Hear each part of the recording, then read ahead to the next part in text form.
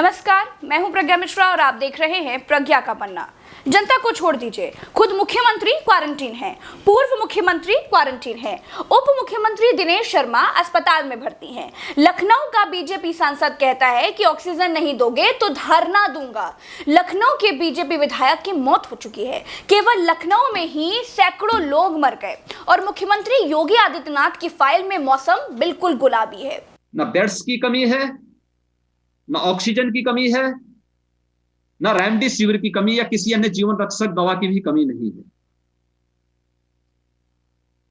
ये कृत्रिम अभाव दिखाने का कुछ लोगों के द्वारा प्रयास और उसके माध्यम से अफवाह पैदा करके। योगी जी डंके की चोट पर कहती हूँ कि बेड की कमी है।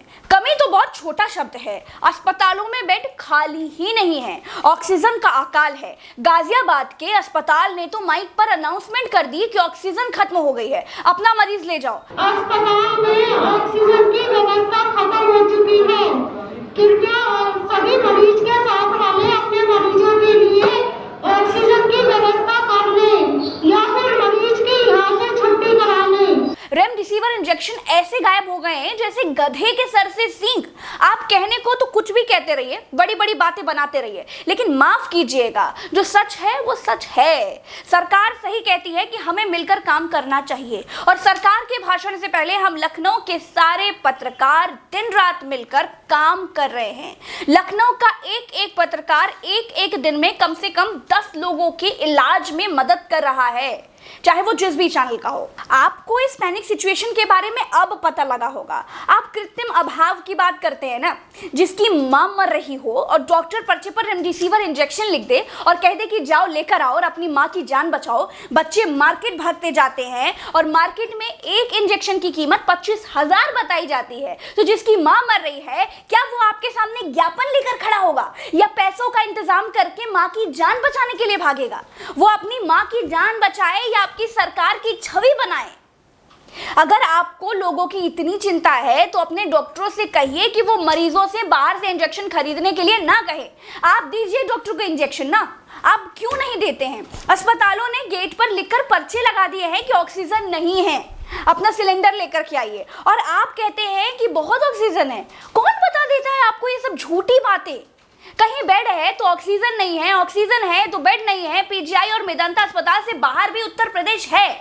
सारे अस्पताल पीजीआई और मेदांता नहीं है। आप नेता हैं, आपके लिए ये यूपी आपका ही है ना। इस यूपी के राजा तो आप ही हैं। तो मैं लखनऊ की रिपोर्टर प्रज्ञा मिश्रा आपसे सवाल भी करती हूँ कि किसी की हिम्मत कैसे हो रही है कि कालाबाजारी की जाए। चलिए मान लेते हैं ऑक्सीजन की शॉर्टेज हो गई है, आपकी गलती नहीं भी है। शासन प्रशासन तो आपका है ना। कैसे जमाखोरों की हिम्मत कालाबाजारी करने की हो रही है भाई?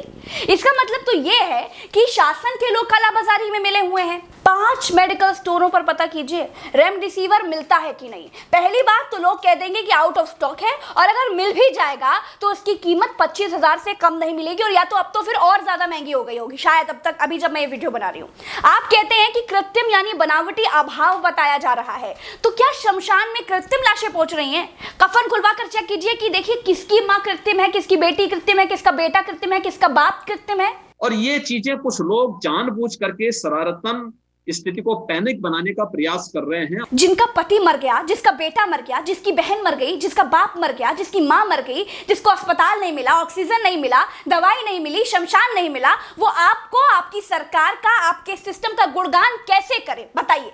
आप बता दीजिए कोई ऐसा टीका हो जिसको लगाने के बाद चीख जो है वो मंगल गान में बदल जाए, तो तड़पते उत्तर प्रदेश को वही टीका लगवा दिया जाए जिससे हाहाकार, चीख पुकार, सब जलती लाशें शुभ का संकेत मान ली जाएं। जब फोन पर दूसरी तरफ से कोई कांपती हुई आवाज में ये कहता है ना कि माँ की हालत बहुत खराब है, कि प्लीज मेरी माँ को बचा लो, एक बेड दिला दो, तो पैनिक भी होता है और नकारात्मकता भी आती है। जब कोई एक रेमडेसिविर के लिए गिड़गिड़ाता है तो पैनिक भी होता है और नकारात्मकता भी आती है। जब कोई फोन पर एक ऑक्सीजन सिलेंडर के लिए चीख चीख कर रोता है ना, तो नकारात्मकता भी आ जाती है और बुरा भी लगता है। आप क्या जाने क्या हो रहा है उत्तर प्रदेश में? आपको क्या मालूम कि उत्तर प्रदेश में लोगों ने ये मान लिया है कि उनकी मौत आज नहीं तो कल आने वाली है। हर व्यक्ति अपने माँ बाप को बचाने के लिए न जाने कितने जतन कर रहा है। सोच रहा है कि न जाने उसका नंबर कब आएगा। आपको तो वही मालूम है जो फाइलों में लिखकर आपको दे दिया गया हो। अगर आपको लगता है कि मैं लखनऊ की पत्रकार प्रज्ञा मिश्रा झूठ बोल रही हूं ना, तो बैठिए मेरे साथ ऑटो में, मैं आपको लखनऊ घुमा देती हूं। आप जिसे कृत्रिम कहते हैं उसका हाल भी दिखा देती हूं। चुनौती देती हूं आपको कि अगर आपकी आंखों से आंसू ना आ जाएं तो मैं अपनी पत्रकारिता का पेशा छोड़ दूंगी।